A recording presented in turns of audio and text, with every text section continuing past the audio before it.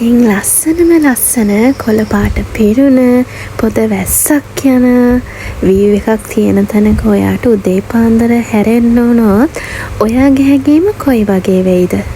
ඉතින් එහෙම තැනක උදේ හැරුණ මගේ හැඟීම කොයි වගේද කියලා අපි බලමු. ඉතින් අද අපි යන්නේ තනමල්වල. ඉතින් අපි නැවතින තැනට යන්න කලින් කතරගම යනවා කිව්ව නිසා මුලින්ම අපි ඇඳගෙන යන්නේ සුදු හැඳුමක්. අපි ලෑස්ති වෙලා ගමන ගියා. ඉතින් අපි මේ යන්නේ රෑ වෙලා. ඒ කියන්නේ පාන්දර අපි ඉන්න තැනට යන්න තමයි පාන්දර උදේ වගේ වෙති කතරගමට යන්න. අපි මෙහින් රෑ වෙලා පිටත් වුණා. පිටත් වෙලා සේවියස් එරියා එකෙන් නැවතිලා තේ බීලා අපහු අපි ගමන ආවා. දැන් ඉන්නේ ඉතින් අපි කතරගම.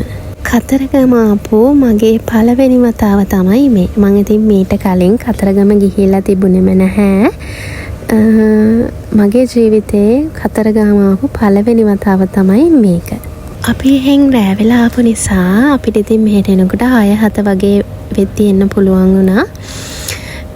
ඒ ඇවිල්ලා කට්ටිය දැන් මල් ගන්නවා. මල් අරගෙන පූජා ස්ථාන වලට යනවා. ඉතින් මම ඉස්සෙල්ලා කිව්වා වගේ අද අපි යන්නේ තනමල් වල හරිම ලස්සන නිදහස් පරිසරයක් තියෙන රිසෝට් එකකට. ඉතින් ඔයාලට මේක දකිද්දි තේරෙයි ඉස්සර කාටුන් වල තියෙන වගේ එහෙමත් නැත්නම් කතන්දර පොත්වල තියෙන වගේ හරිම ලස්සන හරිම නිදහස් ලස්සන පරිසරයක තමයි මේ තැන තියෙන්නේ. ඉතින් මං කිව්වා වගේ ඔයාලට මේ පේනවනේ. මෙතන හරිම ලස්සනයි හරිම නිදහස්. ගියොත් ඇත්තටම එතනින් එන්න හිතෙන්නේ නැහැ. ඉතින් අපි දෙවෙනි දවසේ ඉන්නකොට මට හිතුනේම ඇයි ආයි යන්නේ කියලා. මොකද ඒ තරමට මෙතන තව ඉන්න තිබුණා නම් හොඳයි කියන හැඟීමම තමයි මට එනකොටත් තිබුණේ. අපේ වැඩ එක අපි ඔට්ටු වෙලා මේ වගේ තැනකට ආවහම අපිට මහන්සිය කොහෙන් යනවද කියලා හිතෙන්නේ නැහැ. ඉතින් ගියපු මේ වගේ තැන්වලට මෙතන විතරක් නෙමෙයි මේ වගේ තැන්වලට ගියපු ඔයාලට හැඟීම දැනෙනවා ඇති. ඇත්තටම මේ පරිසරය කියන්නේ මම ඉස්සෙල්ලා vlog එකෙත් කිව්වා වගේ ඒක අපේ ජීවිතේ සුවපත් කරන්න අපේ ඔළුව මනස සුවපත් කරන්න පුළුවන් හරිම අමුතු මැජික් එකක් වගේ දෙයක්. ඒක නිසාම මම හැම වෙලේම උත්සාහ කරනවා මට පුළුවන් විදිහට. මට උපරිම මේක කරගන්න බැරි වෙන්න පුළුවන්. නමුත් මම ඉන්න වටපිටාව කියන්නේ මගේ ගෙදර වටපිටාව ලස්සන කොළ පාටින් පිරුණු තැනක් කරගන්න මම නිතරම උත්සාහ කරනවා. ඇයි කිව්වොත් අපි උදේ නැගිටිනකොට ඒ කොළ පාට ඒ පරිසරය දකිනකොට අපිට කොච්චර ස්ට්‍රෙස් තිබ්බත් කොච්චර මහන්සි තිබ්බත් කොච්චර දවස මහන්සිකාර වුණත් ඒ දේවල් මොහොතකට හරි අපේ හිත නිවන්න පුළුවන් මේ පරිසරයට මේ කොළ පාටට මේ ගස් කොළන් වලට මේ මල් වලට.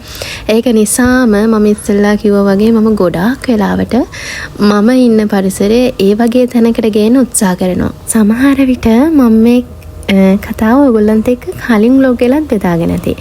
මම ගත්තොත් මම කියන්නේ ඉස්සර මල් වවන්න එතකොට ඒවට වතුර දාන්න, ගෙවල් පිළිවෙලට තියාගන්න, එළවලු වවන්න ආස කෙනෙක් නෙවෙයි. ඉතින් ඒ නිසාම සමහරක් වෙලාවට මගේ අම්මගෙන් එහෙම නැත්නම් මගේ වටපිටාවේ හිටපු අයගෙන් මං ඒ දේවල් වලට ඕන තරම් දොස් අහලත් ඇති.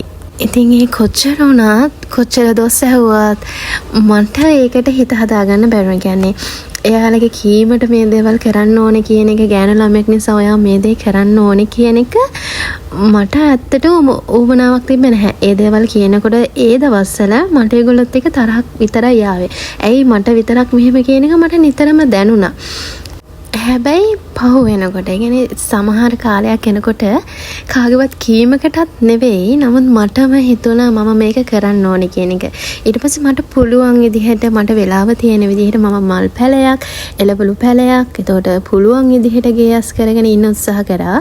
ඉතින් ඒ දේවල් වලින් මගේ ඔළුව, මගේ මනස, මගේ හිත යම් තාක් දුරට සුවපත් වෙන්න ගත්තා.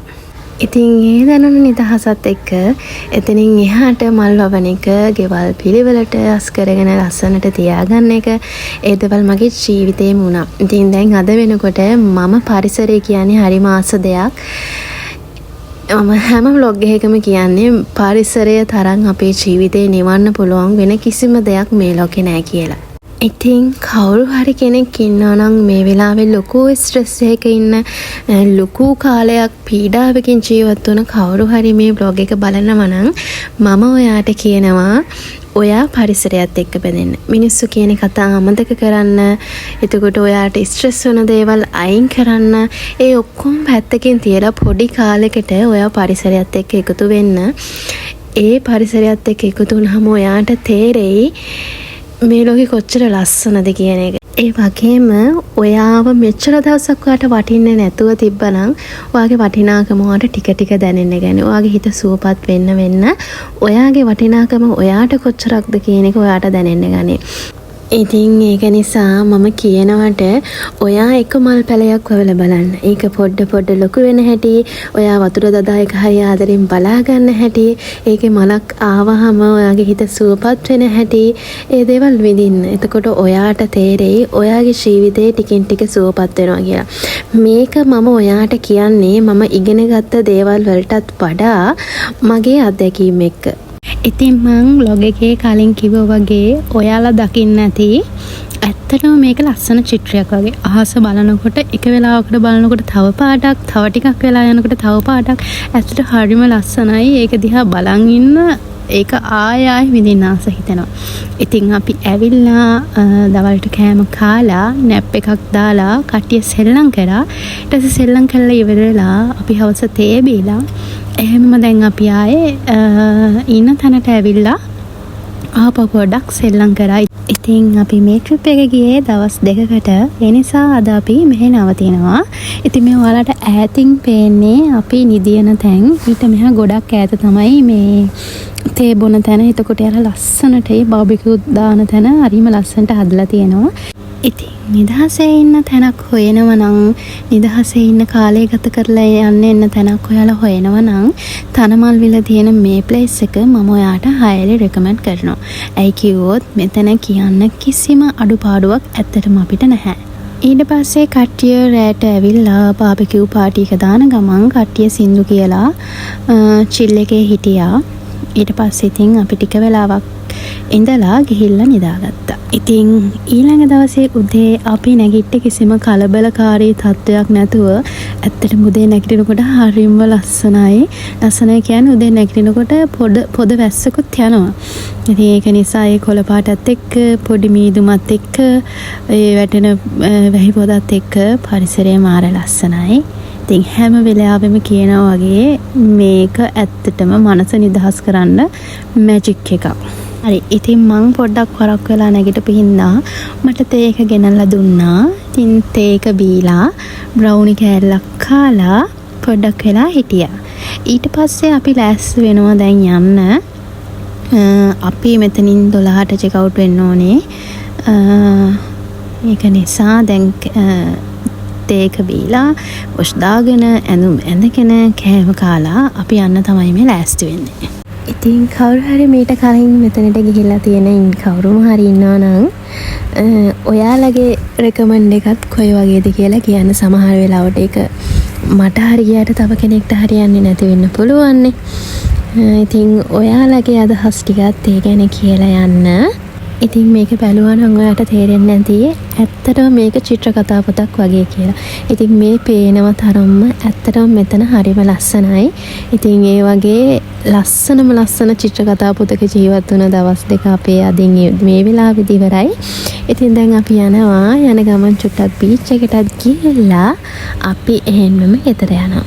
ඉතින් ඔයා මේ වෙනකන් ගියපු තැන් වලින් ඔයා තවත් ආයෙම යන්න ආසම තැන මොකක්ද කියලා කමෙන්ට් එකක් දාන්න. ඒ වගේම ආසාවෙන් ගිහිල්ලා නැතුව ආසාවෙන් තාමත් යන්න බලන් ඉන්න තැන කොතනද කියලාත් කමෙන්ට් එකක් දාන්න. ඉතින් මම ගියපු තැන් වලින් මට තියෙන්නේ එක මතක ගොඩක්. ඉතින් ඒකත් එක්ක මට එක තැනක් තීරණය කරන්න අමාරුයි.